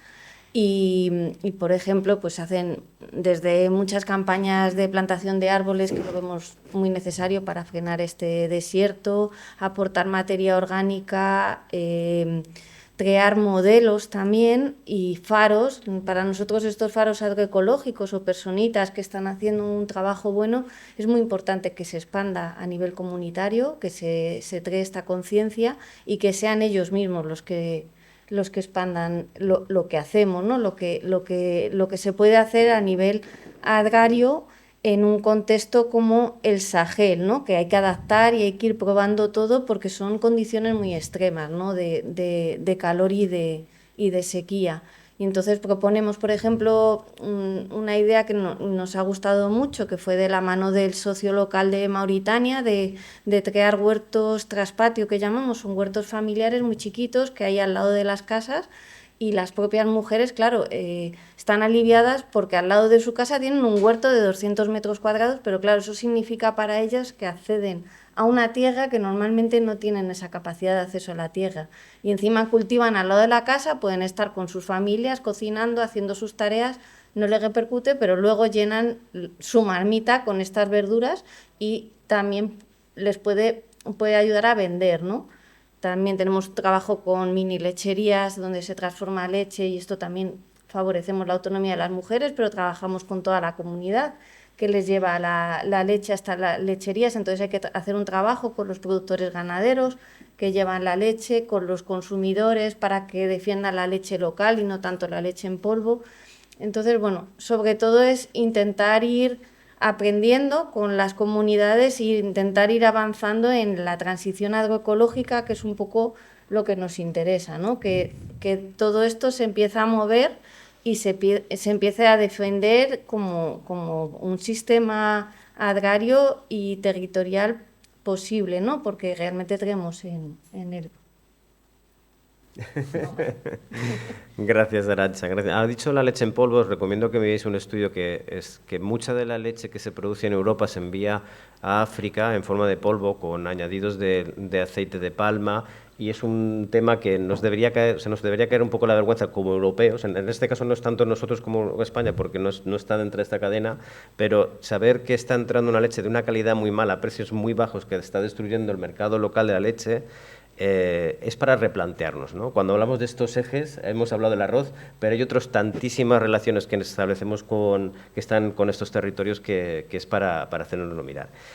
Y ya hemos aquí hablado mucho, ahora casi entiendo que de toda esta discusión, parlamento que hemos tenido, os habrán salido algunas preguntas, o algunas ya tendríais algunas preguntas, y creo que es la ocasión, ¿no? de poder hablar con las compañeras de la mesa y trasladaros a vosotros este espacio. ¿Alguien que levante la mano? ¿Alguien? ¿Gabriel? ¿Te mueves tú? Espera. Esto de los... Gabriel, discúlpame. Aprovecho, Arantxa, tienes que coger un tren. O sea, tienes que salir, abandonar. Abandona la sala. ¿Quién tiene que esperar? Vaya, yo te iba a preguntar, Arantxa, pero bueno, no, luego ya tampoco me lo pueden contestar. Gabriel, pero te da tiempo, hazle la pregunta. No, la pregunta concreta a ti era lo que es evidente, salvo que haya alguna persona de Vox, es que esto del cambio climático está allí y por tanto hay que afrontarlo estudiando soluciones. Y a mí eso de que en países, yo conozco un poco Mauritania y Senegal, estuve hace 30 años cuando no había esos problemas, en San Luis y en Dakar, y la gente no pensaba emigrar y montarse en un cayuco y venir para acá. Pero eso de que allí se cultive arroz, la verdad es que es un poco, y obedece efectivamente, como tú, Xavier, planteabas, a las apuestas que hizo el colonialismo en su día. Pero lo que es evidente es que no se puede seguir cultivando arroz con el cambio climático. Eso es mi punto de vista. Y si se está abordando cómo hacer frente a ese cambio climático, qué otro tipo de alimentaciones, etcétera. Sabiendo que seguramente es complicado, pero es la misma complicación que tenemos en un país como nosotros cuando decimos hemos de consumir de otra manera, hemos de consumir productos locales, etcétera. Es decir, que hay que hacer una labor cultural importante y tal, pero si se está pensando o se está actuando en ese sentido, ¿no? Era la pregunta concreta que te quería hacer a ti, Arantxa. Sí, bueno, nosotros estamos defendiendo mucho los cultivos tradicionales locales, pero es verdad que también están muy afectados por las sequías, ¿no? Entonces, los años que son buenos, los agricultores quieren cultivar sorgo, ñeve, mijo y les va muy bien la cosecha. Y sí que lo fomentamos. Y fomentamos sobre todo cultivos diversificados, un poco la demanda que haya a nivel local.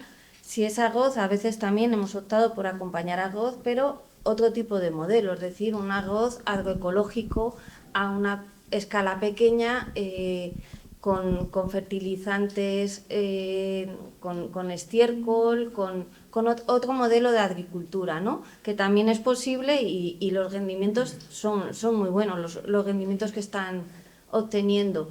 Pero es verdad que la elección depende de ellos. Si ellos quieren cultivar arroz, nosotros ¿hasta qué punto, no? Solo podemos acompañar hacia otro tipo de cultivos, hacia frutales, hacia hacer setos, hacia intentar variar esas parcelas hacia otros cultivos y promover el uso de nieve, que vean que cuando sale al mercado el nieve también se vende muy bien, integrar el ganado en las fincas, la avicultura, hacerlo lo más diversificado posible para, como decía Laura, que sea también un sistema resiliente, ¿no? Que aguante estas perturbaciones.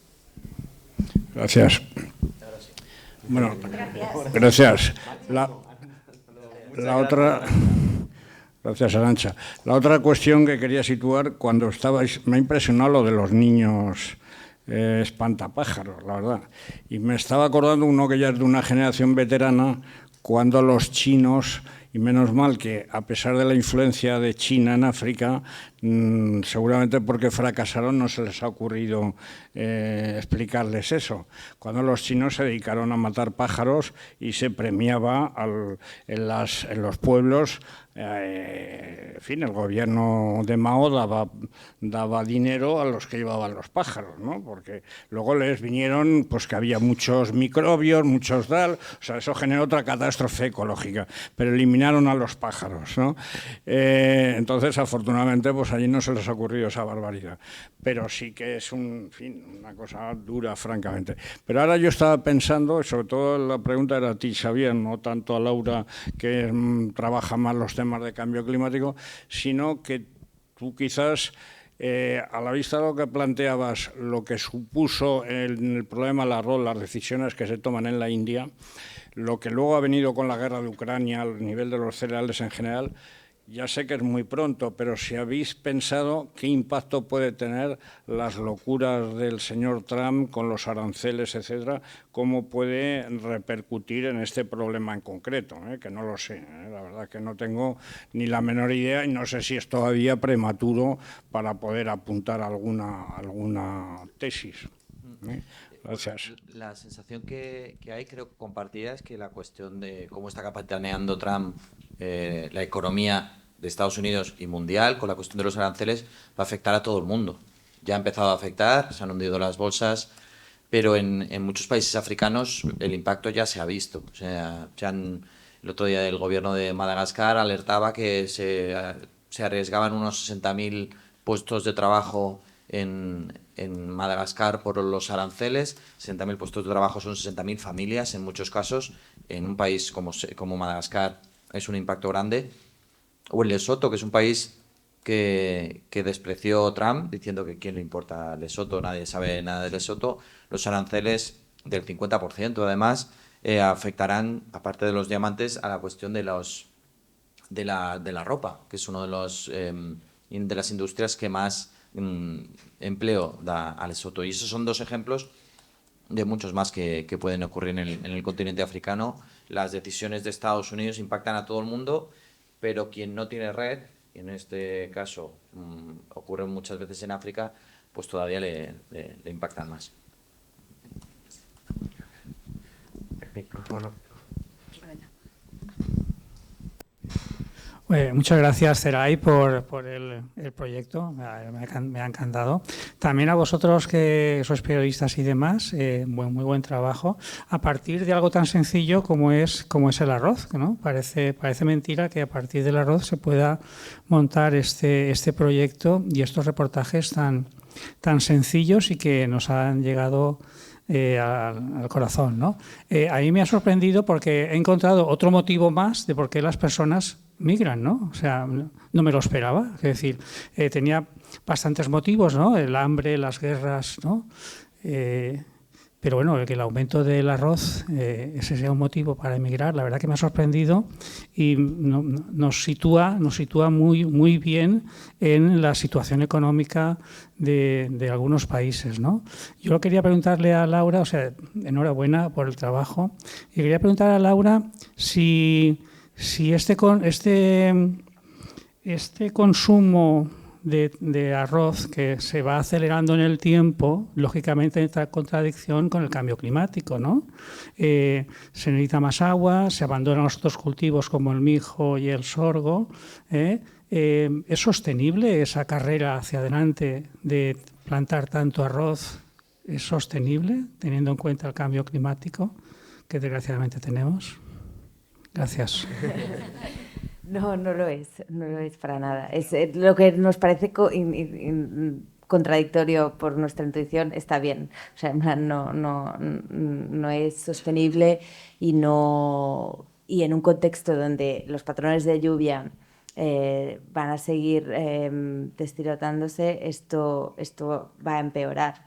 Porque hay un tema del consumo, digamos, de la cantidad de agua que se necesitan estos cultivos, pero también hay un tema de calendario. Los países funcionan con un calendario, ¿no? Tú sabes cuándo tienes que plantar el arroz para cultivar y ese calendario va en función de la temperatura, pero también de las lluvias. En el momento en que todo eso se va al garete, cualquier predicción es muy difícil de seguir. Entonces, se quedan un poco sin herramientas, ¿no? Son herramientas del calendario agrícola, es una herramienta que ha sido elaborada a lo largo de muchos años de historia. Entonces, en el momento que esto no deja de funcionar, te quedas con las manos vacías. Hay cultivos que son más resilientes a estos cambios, que no necesitan de esos patrones de lluvia, no son tan dependientes de estos patrones de lluvia. Todos lo son, pero evidentemente hay otros, los autóctonos, que permiten aguantar más. Y de hecho también la diversificación de cultivos, ¿no? Depender únicamente de uno te hace poner todas las fichas al negro. No es una estrategia de resiliencia buena. Pero bueno, yo creo que esto Zeray lo sabe mejor que nadie. Iba a añadir solo que lo que estamos hablando estamos en ese contexto, es un porcentaje muy grande que se importa. Con esto que estamos hablando de los aranceles, aparte lo que estamos hablando es que ese coste de importación de arroz va a ser cada vez más alto, o sea que va a haber menos capacidad de comprar, vamos a tener una población que depende de un tipo de cultivo que va a ser menos accesible y a la vez tenemos una producción local que va a ser cada vez menor. Entonces, por eso decimos que es importante cambiar. Y ya lo voy a decir, ya es un contexto no solo de estos países, sino de todos los territorios. Va a haber, es una necesidad de cambio, de cambiar nuestros modelos alimentarios, de territorializar, de hacer más cercanos los alimentos, y ahí es necesario apoyar, cooperar, aportar ideas y estar juntos. Dentro de lo que habla del marco del arroz, hay un elemento que al final estamos hablando, esto es una estrategia que es colonial, introdujo un modelo de cultivo que tiene una dificultad también de gestión, son grandes perímetros, ahora mismo muchos perímetros están estropeados y no pueden utilizarlos, y hay un proceso también de cómo readaptar esas inversiones que se hicieron hace ya mucho tiempo, que ya no son válidos para el contexto actual y que hace falta cambiarlos, y hace falta cambiar toda esa estructura productiva en esa base, ¿no? De tener un cultivo más cercano y fresco para mantener esa autonomía alimentaria, autonomía alimentaria, soberanía alimentaria. Cada uno lo puede mencionar de una manera diferente, pero ir en esa orientación. De hecho, por comentar una cosita más, cuando estábamos en el terreno y después hemos estado hablando Laura, Elia y yo sobre la importancia que tienen los alimentos para explicar lo que está ocurriendo en el mundo.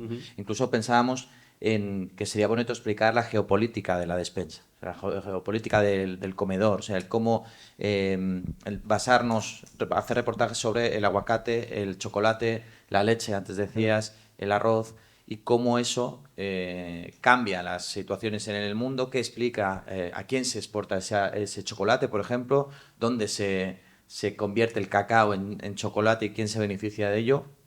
Y creíamos que la experiencia de este reportaje, que después ganó el premio de Salambre, pues que ha suscitado un interés muy grande, porque nos damos cuenta de que es un lugar donde nos conectamos. Claro, joder, estamos en Valencia, el arroz, pues más que nunca, ¿no? Claro. Pero es algo que está en tu mesa también y te lleva muy rápido al otro lado. O sea, si te hablan del aguacate o del mango, sabes de qué estamos hablando.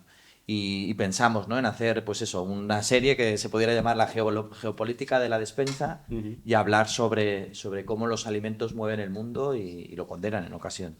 De hecho, sin dejar el arroz, siguiendo solo por otros reportajes que hicimos o que estamos haciendo, en el Delta del Ebra hay campos que se están dejando de poder utilizar por la subida del nivel del mar, de la salinidad, pero es algo que ya hace un par de años que fuimos a Egipto para hacer otra serie.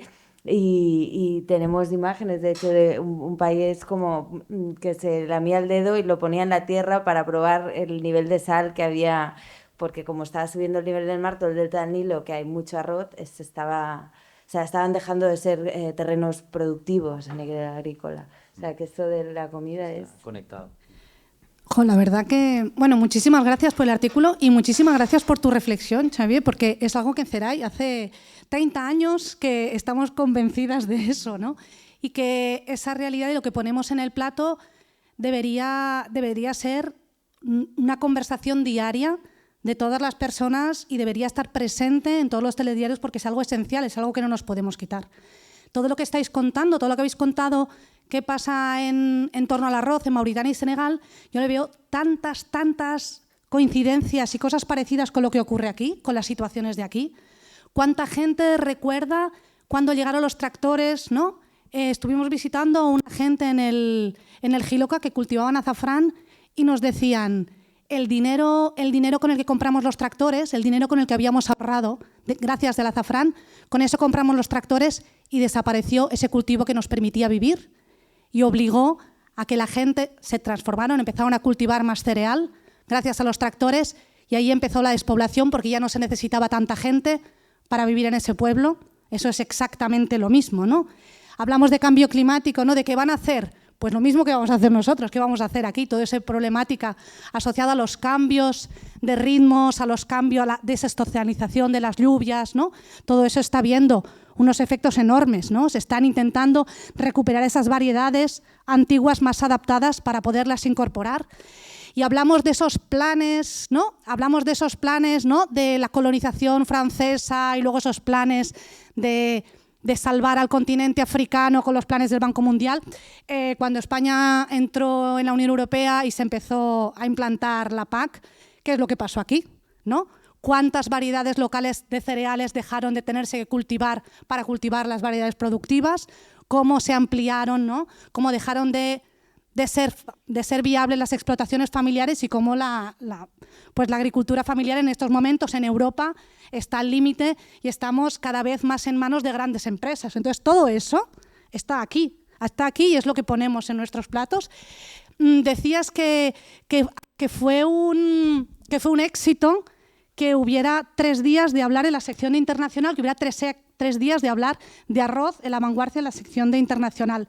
¿Cómo nos encantaría que se pudiera hablar no de geopolítica internacional, sino de qué nos ocurre en torno al alimento aquí y que hubiera secciones que no solamente hablaran de lo bueno que es la comida, sino de los impactos que tiene esa comida a nivel de salud, a nivel ambiental y a nivel de economía local. Estaríamos encantadísimos desde CERAI y yo estoy muy feliz como miembro de CERAI de que gracias al alimento que nos une y haber puesto como toda esa energía puedan salir reportajes como este que pongan en valor todo ese trabajo y todo eso que para mí debería ser esencial que conociéramos todas. Y no tenía ninguna pregunta, solo era eso. Sí, ¿alguna pregunta más? Tenemos ratito, o sea que no os cortéis, Ana.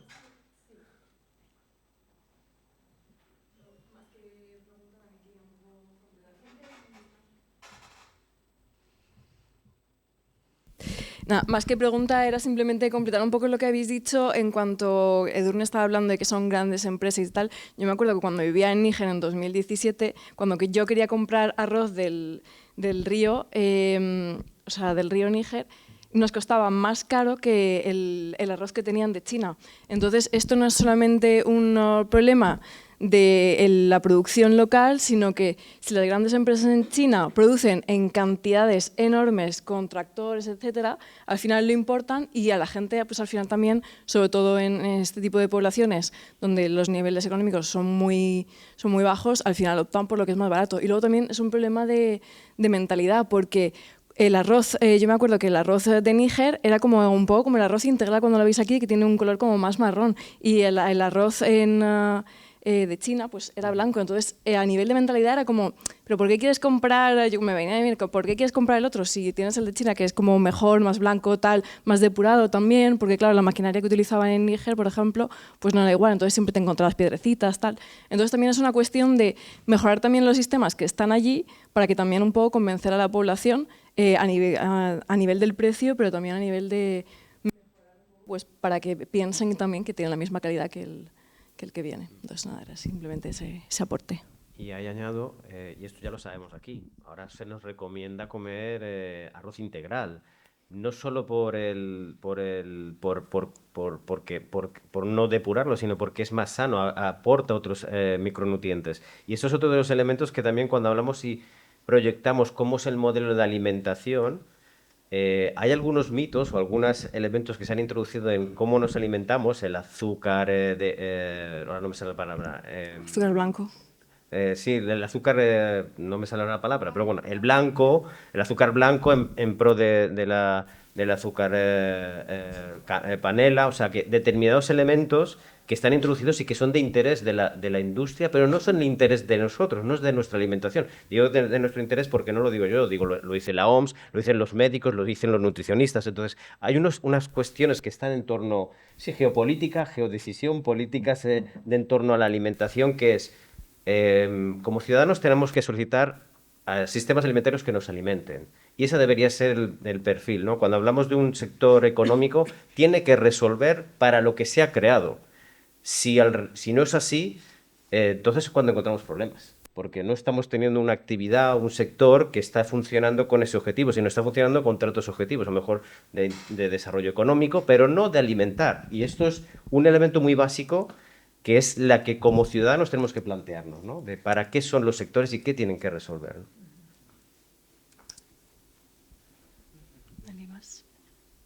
¿No hay más preguntas? Hay otras reflexiones tremendas para acabar.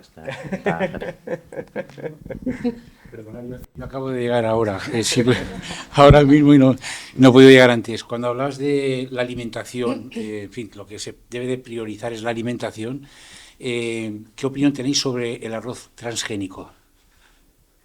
Pues básicamente... No sé si habréis hablado de esto. Te lo voy a decir muy sencillo. Si estamos hablando de una agricultura que sea cada vez más autónoma, que sea más independiente y que el agricultor pueda producirla y dependa menos de unos intereses corporativos, el arroz transgénico es accesible a unos muy pocos. Ya no voy a entrar en factores ni de salud ni de afección a los ecosistemas. Voy a entrar solo en la capacidad de los agricultores de poder tener la autonomía de producirlo y de tener una capacidad económica de producirlo. Todos los sistemas alimentarios que están basados en propiedad protegida, digamos de alguna manera, estamos alejándonos de esa capacidad de autonomía y de viabilidad a largo plazo de los agricultores.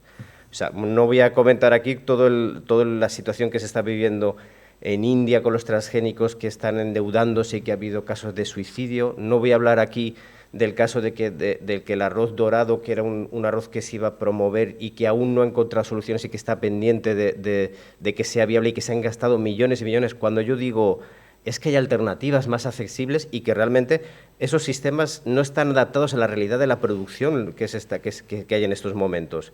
Han estado proyectando un modelo de arroz que ha cambiado las circunstancias de producción. Entonces, creo que hay sistemas y hay herramientas de adaptación más viables y más eficientes que esa vía. Esa es mi visión.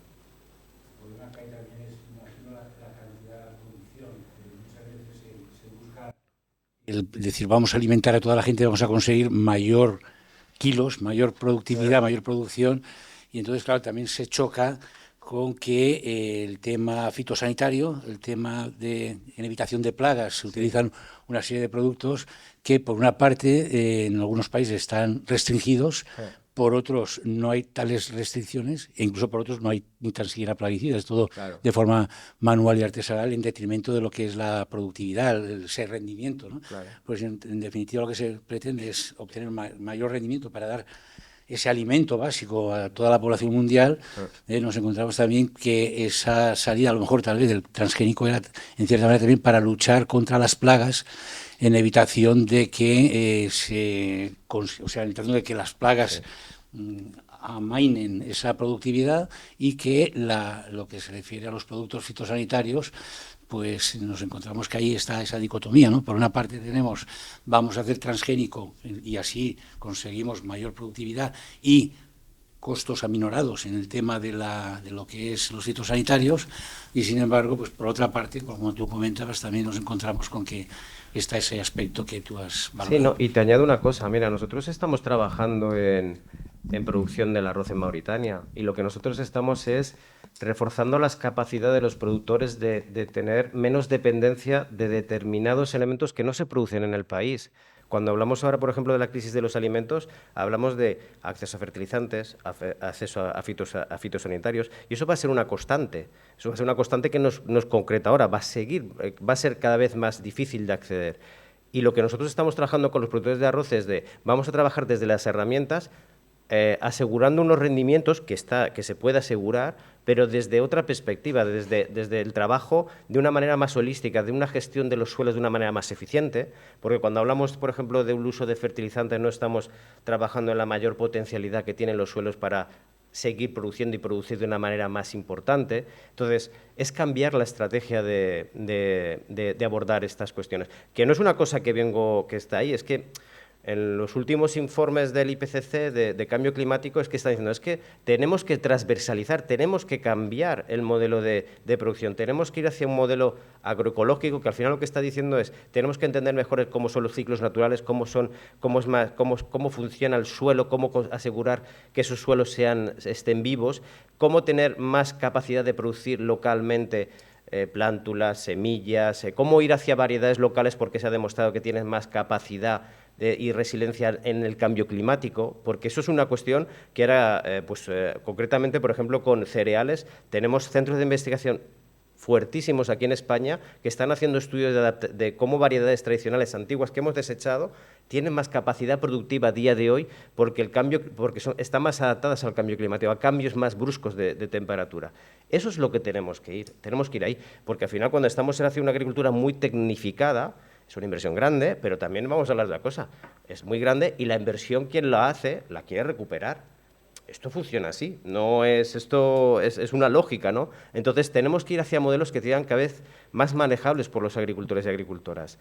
Y hay tanto experiencia como ciencia, investigación, que nos están orientando hacia donde tenemos que ir, es donde tenemos que ir escuchando, ¿no? Las situaciones geopolíticas, el cambio climático nos está llamando a entender que tenemos que reorientarnos. Y tenemos que reorientarnos y lo positivo es que ya hay gente que viene trabajando en esa reorientación y que hay alternativas, y hacia ahí vamos a ir, ¿no? Ahora hace poquito la última comunicación de la Unión Europea hablaba de eso, hablaba ya directamente de soberanía alimentaria, de autonomía alimentaria, y hablaba de reforzar esos sistemas locales. Si aquí lo estamos promoviendo, bueno, claro, si lo que queremos es comercializar algo que hemos producido, pues ese puede ser nuestro interés, pero no creo que sea el interés es que vayamos hacia que todos podamos alimentarnos aquí y en otros territorios.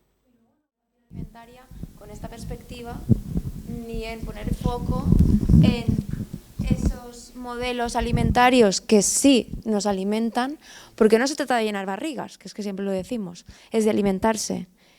Y si miramos los datos también, miramos que hay el mayor número de personas con obesidad, el mismo número casi parecido, ¿no?, que de personas con hambre. No me sé la cifra porque es súper grande. Entonces, hay un problema de gestión de recursos. No es que haya que producir más de nada, es que ya tenemos mucho de todo. Es un problema de gestión de recursos. Podéis buscar lecturas, por ejemplo, de Carlos Montes, por ejemplo, que es un tío que habla de ese tema. Podemos hablar del decrecimiento también. O sea, es que CERAI lleva años estudiando y haciendo educación alimentaria para deconstruir estos argumentos que salen constantemente en los periódicos mainstream, en los periódicos generalistas, y que no hay periodistas, muy pocos, ahora los tenemos aquí en la mesa, que digan, voy a arriesgarme y voy a cambiar este discurso, porque claro, también necesitamos alimentar a nuestras familias en casa, pero no hay ese discurso. El que hay es: viva los transgénicos, hay que producir más, tenemos que alimentar, vamos a ser los salvadores del hambre en el mundo, ODS, bla, bla, bla. Y bueno, eso es mi opinión, no es de CERAI, para que quede claro. Y nada, paso palabra. Rescatando esto, al final es un problema mucho más complejo lo que se estaba hablando, ¿no? Y resaltar el artículo que habéis hecho, agradeceros, porque muestra toda esa holística que tiene el problema y cómo hay que abordarlo. No se puede abordar de una manera simple, con argumentos simples que nos dan. Entonces, es mucho más complejo, es necesario tratarlo con todas las afecciones que tiene y teniendo en cuenta a todos los individuos que participan dentro de la problemática. Yo quería aprovechar para deciros que lo he utilizado con el alumnado y funciona. O sea, realmente le escala más que otro tipo de... Igual que la cooperación ha ido evolucionando hacia otra manera de hacer cooperación, también tiene que evolucionar esa manera de comunicar. Y creo que lo habéis hecho muy bien, así que la enhorabuena a las tres. Y resaltaros que ese artículo llega a la gente joven por una parte que vosotros también habéis nombrado, que es esos niños espantapájaros. Esa parte emocional no la podemos olvidar. O sea, tenemos que explicar los problemas, los tenemos que hacer entendibles al público, que muchas veces se hablaba, ¿no?, que los tecnicismos no llegan, y lo habéis hecho muy bien. Así que gracias.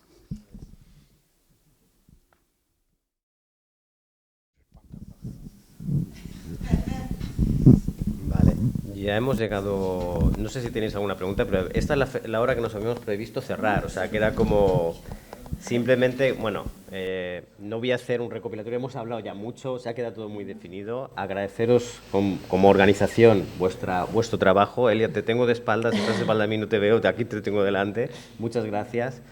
Desde CERAI, bueno, ya lo hemos comentado, nosotros vamos a seguir trabajando en esta línea. Es una línea que como digo, estoy de acuerdo contigo, es necesario trabajar en esto, en intentar posicionar esta información de una manera adecuada. Vamos a seguir trabajando, apostando por el periodismo independiente, el periodismo que intenta acercar realidades que se viven, en nuestro caso, desde la alimentación. Hay otras entidades que trabajarán desde otro ámbito, nosotros desde la alimentación. Y vamos a seguir trabajando, o sea que pronto tendréis noticias de que vamos a ir trabajando. Concretamente vamos a trabajar con temas vinculados con el cacao, con el café, con la soja, con la frontera forestal y la soja. Hay elementos que la tenemos muy cercana y vamos a tener trabajando. Vamos también a trabajar en cómo hay alimentos que llegan a nuestros comedores escolares y si son en las mejores condiciones. Hay muchos temas que vamos a estar ahí trabajando. Y nada, solo agradecer, y creo que es importante apoyar el periodismo independiente.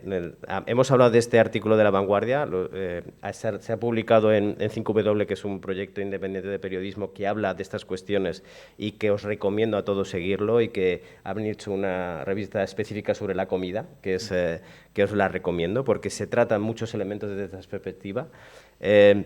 Nosotros como organización, que deciros, y también porque a mí me toca promocionarlo, trabajamos en tres proyectos también periodísticos. Trabajamos en la revista Agroecología, trabajamos en la agroecología, proveemos soluciones desde el ámbito científico y desde el ámbito de alternativas, y somos parte de eso. Trabajamos también con la revista Soberanía Alimentaria, Culturas y Biodiversidad, donde nos planteamos estas cuestiones, intentamos acercar realidades y cambios.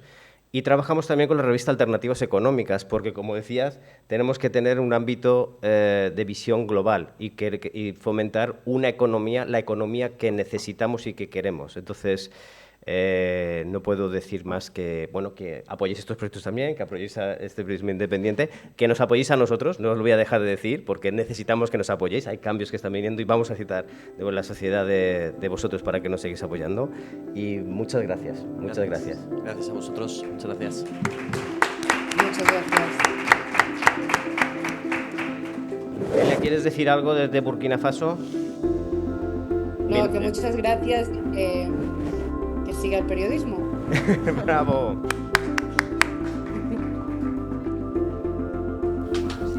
De la escuela